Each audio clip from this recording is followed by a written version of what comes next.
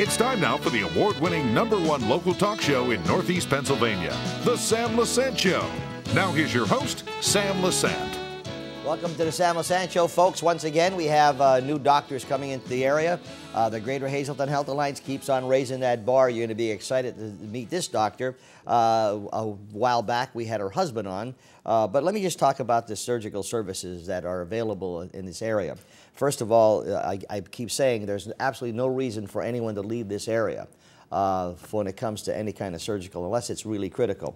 501-6900. Their mission statement is very simple and to the point: to provide the highest quality of surgical care to patients in a patient-focused atmosphere. And folks, the team, Dr. Bono, Dr. Butt, we met Dr. Julio Calderon on one of my shows, and now we're going to meet his wife, Dr. Sandra Deniz, who is a board-certified general surgeon who specializes in minimally invasive surgery, breast surgery, colorectal surgery, and acute care surgery. Wow, that's a lot of stuff, isn't it? I know. Yeah.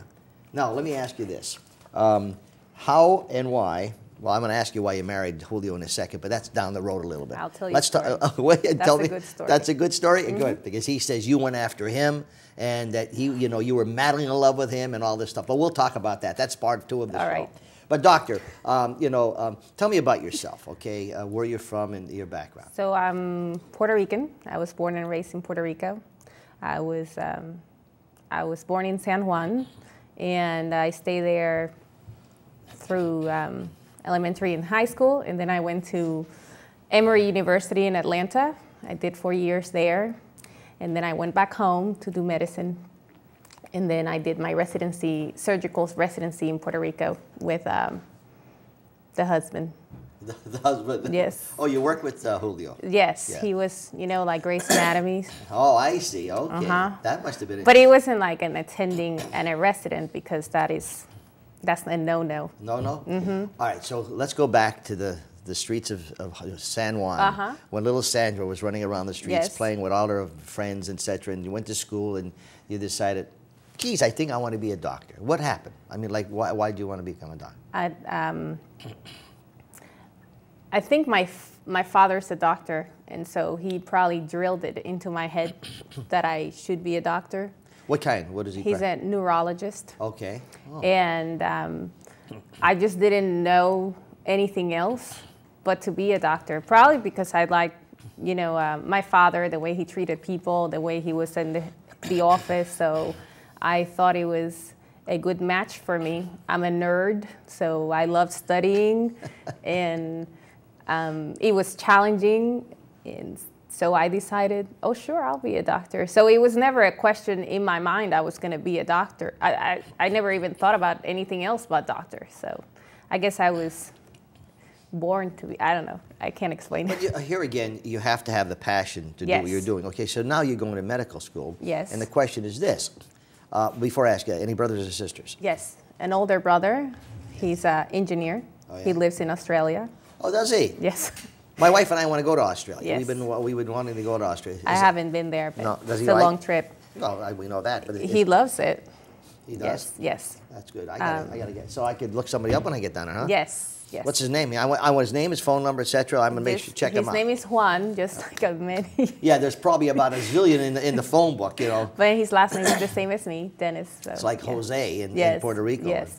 So he's Gonzalez. Another one. Yes. I remember when I was in Puerto Rico, a friend of mine I went to school with at King's College. His name was Gonzalez. So I said, well, we'll look him up in the phone book. What? What? Are you crazy? I said, there's a whole book of Gonzalez's in there. Yeah. They had the Gonzalez paid in. What is a paid in? Is it like a paid in? Is that like a grocery store or something like that? Oh, yes, it was. Yeah. It was a department store. Yes. Yes. Yeah. I went to school with the person who owned that. Oh, but that's a different Gonzalez. Oh, see, there's a zillion it's like Gonzalez. the person that owns Macy's. Oh, okay. Yes. Yeah. All right. Yes. Well, maybe it's him, and I'm not aware of it. But okay, so you decided that you wanted to be why a general surgeon? I just the reason why I became a surgeon it was just exciting. I enjoy doing surgery.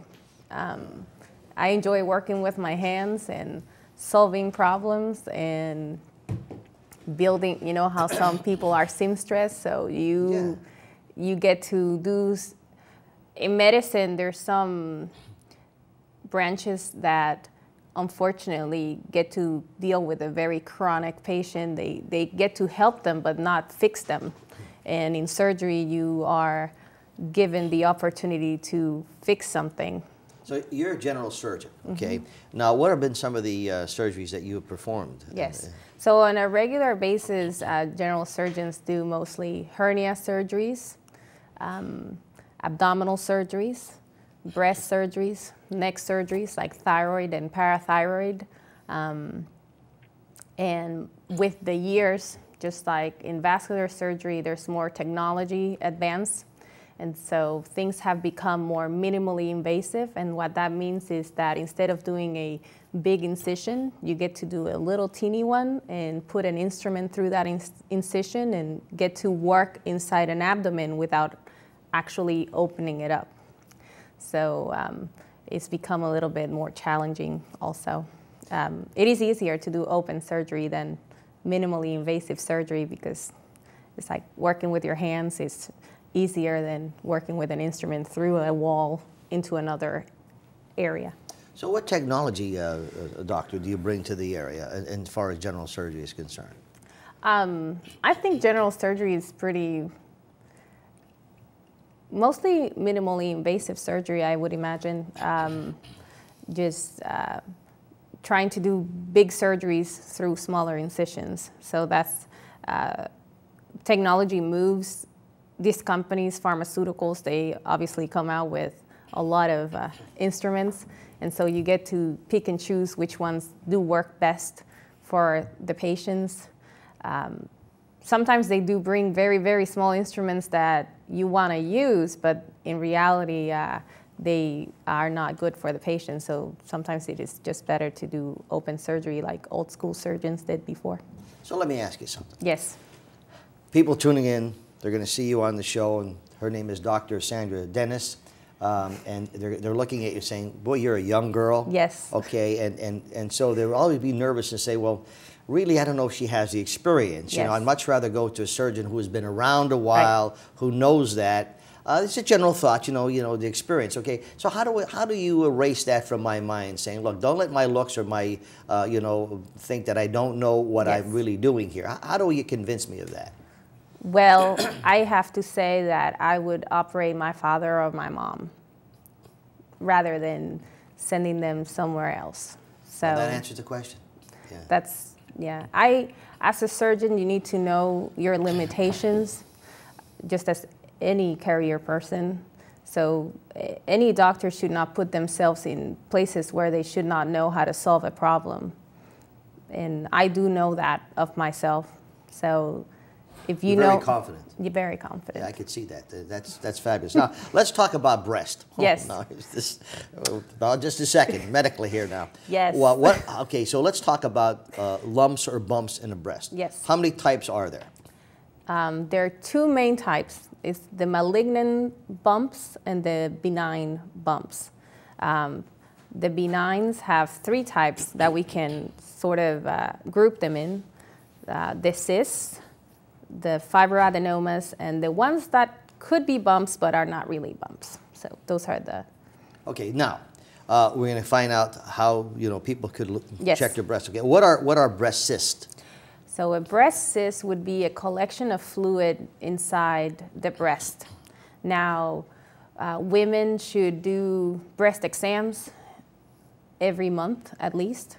There is a special time of the month where they should do this breast exam. But just, any woman, they should just pick a number of the month. If they like 13, 13. That's a good number. Yes. I like that number 13. And they should just pick that day to check it out. And there's an appropriate way of doing a breast exam. Breast exam, okay. Correct. What does it feel like, the cyst? The cyst will feel like a movable bump. It is soft. It has a circular shape, like it won't feel irregular to their fingers, and the cysts have the peculiarity that they can grow or be smaller depending on the month. So usually persistent cysts, people would have noticed them for 3 to 4 months. They're like, there's something here that just doesn't go away.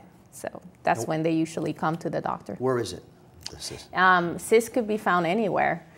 Cysts that are really superficial are easier to palpate for a woman, of course, because, I mean, it's closer to the skin.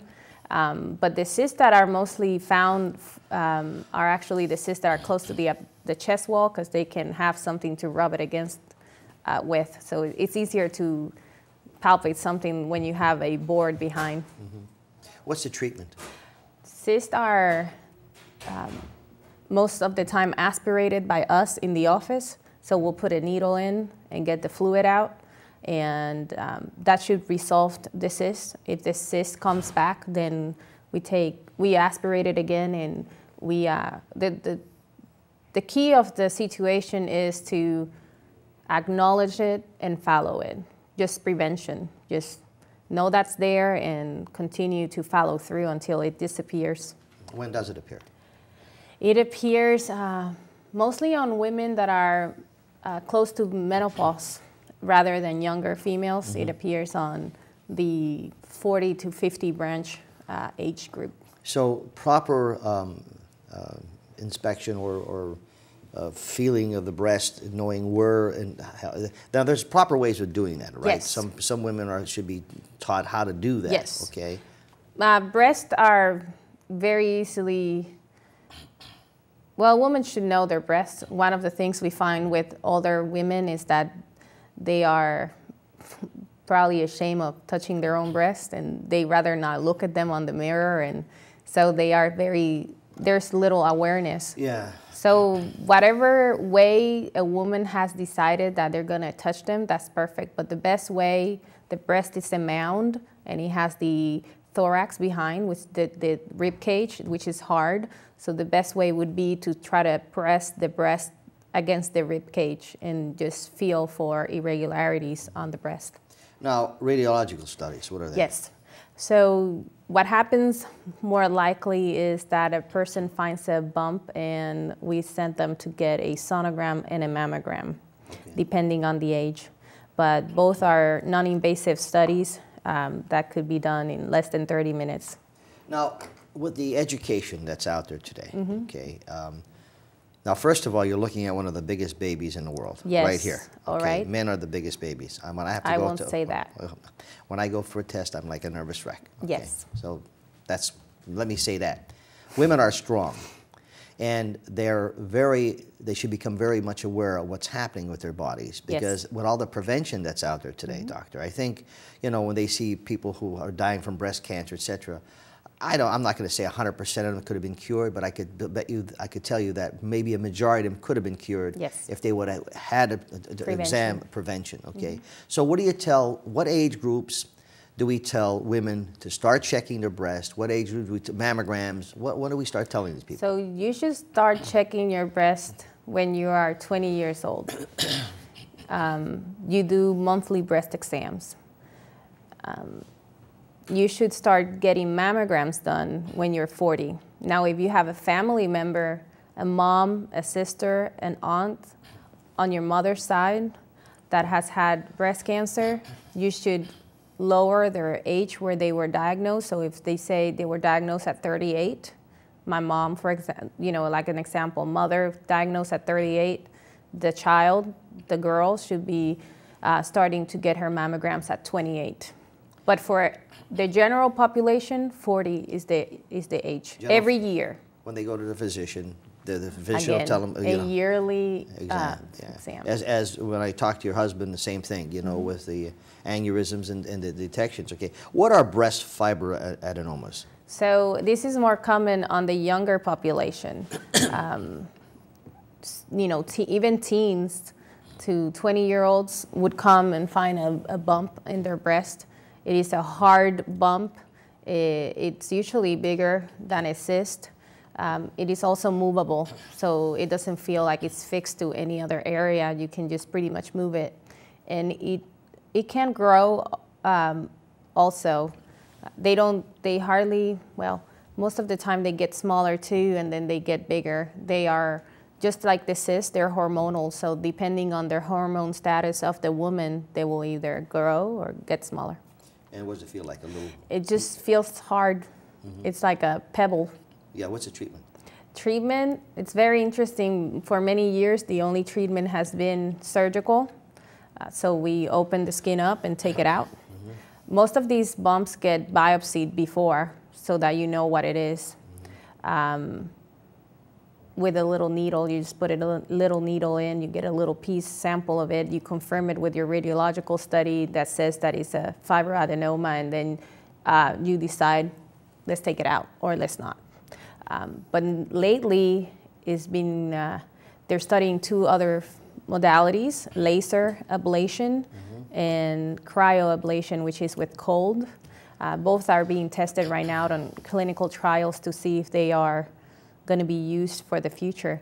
The good things about these two modalities is that the woman doesn't have a scar, and the breast will continue to be just the same breast as it was before. That cold lasers, I've been hearing a lot of great things about that. Yes, the cold is designed to kill the cell. Yeah. So every time you have a bump, you have to think the cell is growing abnormally. That's how you get tumors, right? Just the cell decides, hey, I'm going to grow more. So when you give them a very, very high or low or high level of cold, the cells die. And so they involute, they dissolve, they die away. Folks, if you just tuned in, I'm talking to Dr. Sandra Deniz, who is a general surgeon here, board certified general surgeon, now joining the Hazleton Health Alliance, the Alliance Medical Group. 501-6900, folks, if you want any information. She comes bringing a lot of great technology experience, and we're staying with the breast right now. What are pseudo lumps? So pseudo lumps, if someone had a surgery or even someone went skiing and they hit their breast and then they had like a little hemorrhage, maybe in a year it would feel like a bump. Either way, pseudo lumps should always be evaluated by a physician. Every time you have a question, it doesn't feel right, you are the best judge of your body. You just go and check it out. My wife says that all the time. She's a registered nurse. She says, if there's something not right, check it out. What is it? What is a pseudo lump? It's a scar tissue. It could be from another surgery. It could be just some abnormal growth of connective tissue. It may happen after breastfeeding. You know, some women feel they have little bumps that are irregular.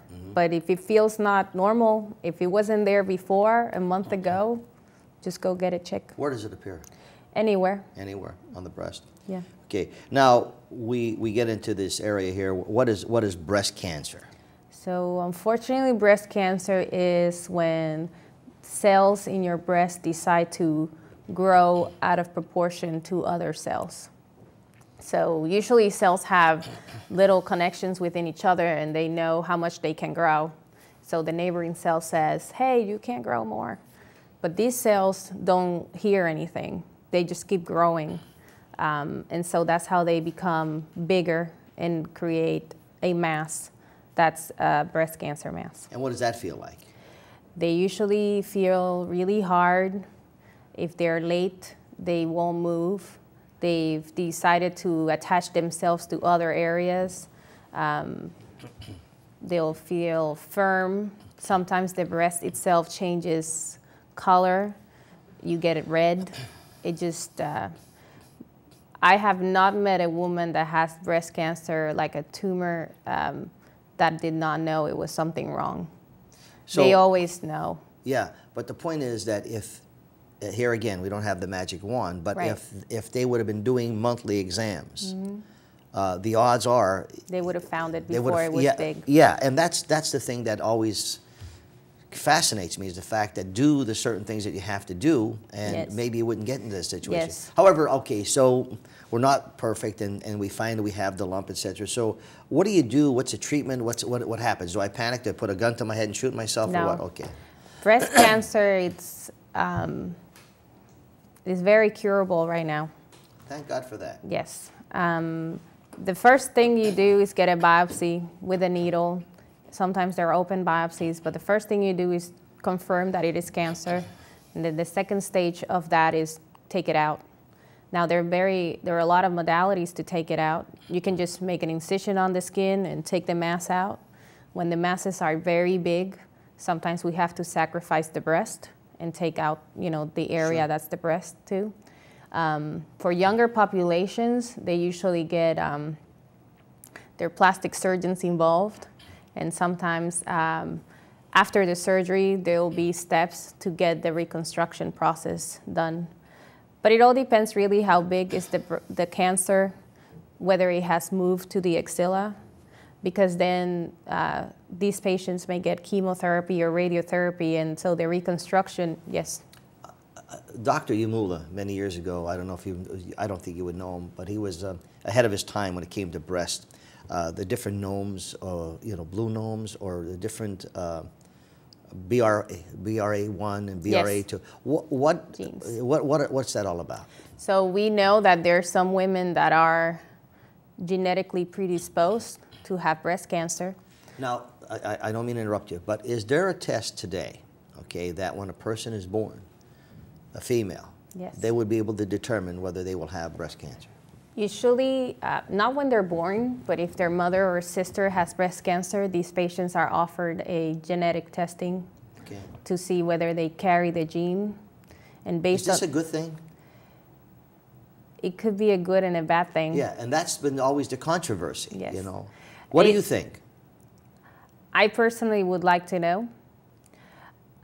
It all depends what you do with the information, right? Because you're given the opportunity to know whether you would have the predisposition to have breast cancer.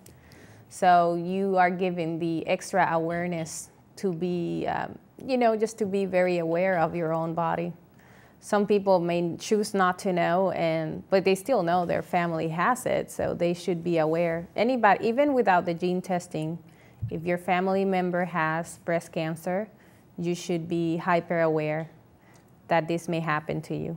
Now, some insurance companies are questionable about this because some of them feel that if you're going to be a candidate, they won't give you insurance.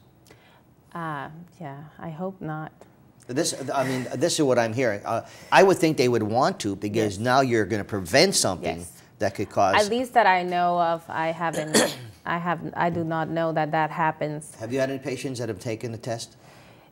The family members, yes, daughters of patients. And then you can start. So then what happens is the daughter goes into this process of genetic counseling, and some people may choose, if they're candidates, to have both breasts taken out, reconstruction, and then never have even the opportunity of having breast cancer. But to get to that stage, there has to be a year or two of a lot of counseling, because this is a major decision. Women are very aesthetically concerned. Sure. So taking the decision to taking your breasts is huge. Yeah. You need a lot of counseling. Yes. You need a lot of stuff. Yes. Okay, now big breast, small breast, medium breast. Who gets? Is there if you have big breast, it doesn't make any difference? If you have a bigger breast, you may be of the luckier kind that you can have surgery and it doesn't even get noticed. And so you may be pleasing aesthetically after, and no one ever has to know 2 years after the surgery. How about breast implants? They pose no risk to breast cancer. Women that have breast implants actually have a different type of annual testing. Sometimes they get an MRI instead of a mammogram just to see the breast well. Mm-hmm. But it doesn't make them more risky or less risky.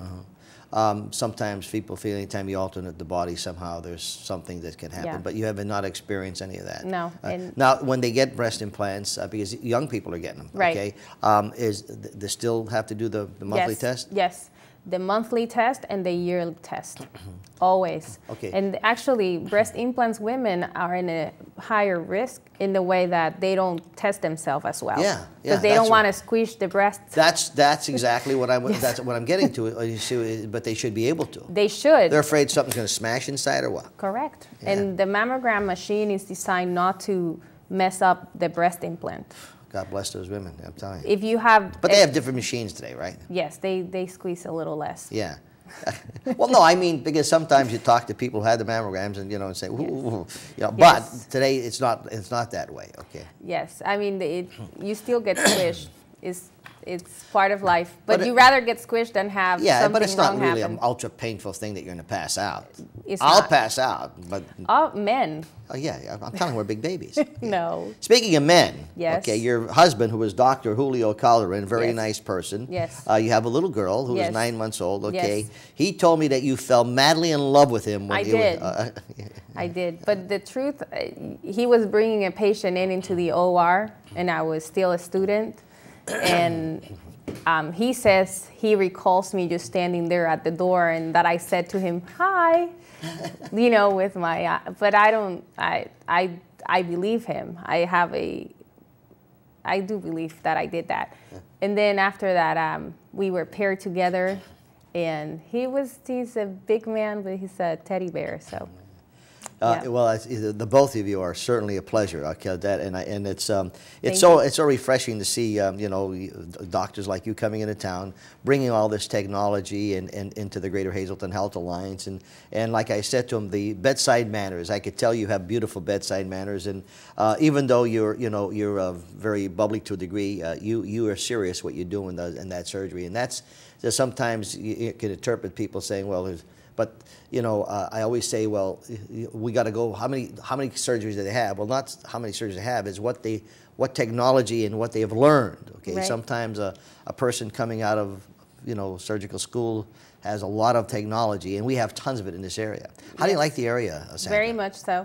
Yeah. You like it better now that you met me, right? Of course, that's number one now. No, I love the mountains. I actually, we were traveling through the United States, and we passed through Pennsylvania once, and I told my husband, oh, I would like to live here once, and here I am. Oh, well, I wish you the best, and especially your little daughter. And you said your mom's coming in? Yes. Oh, yeah? Yeah. Poor Julio, my husband. Well, come on, she can't be that. If she's like an Italian mother, then we got a problem. She's great. I'm sure she is. And that's good. She's to stay for a little bit. And then yes, I'm very lucky to have her. She'll help me. Well, I think the both of you are very lucky, and I think we're very lucky to have you and your husband in the area. Folks, Dr. Sandra Deniz, okay, general surgeon. You can call her at 501-6900. I know all you guys don't want to call her, but she works on breast too. You know, she's a general surgeon. Yes. Don't feel shy at one point to find out, do your breast exams. They'll be more than happy to tell you that. The hospital always gives instructions. They have months dedicated to breast cancer. We do a lot to promote it just for awareness, so stay on top of that. Congratulations to you. Thank you. It's a pleasure meeting you. Folks, Dr. Sandra Deniz at the Greater Hazleton Health Alliance. Once again, 501-6900. We'll see you next time.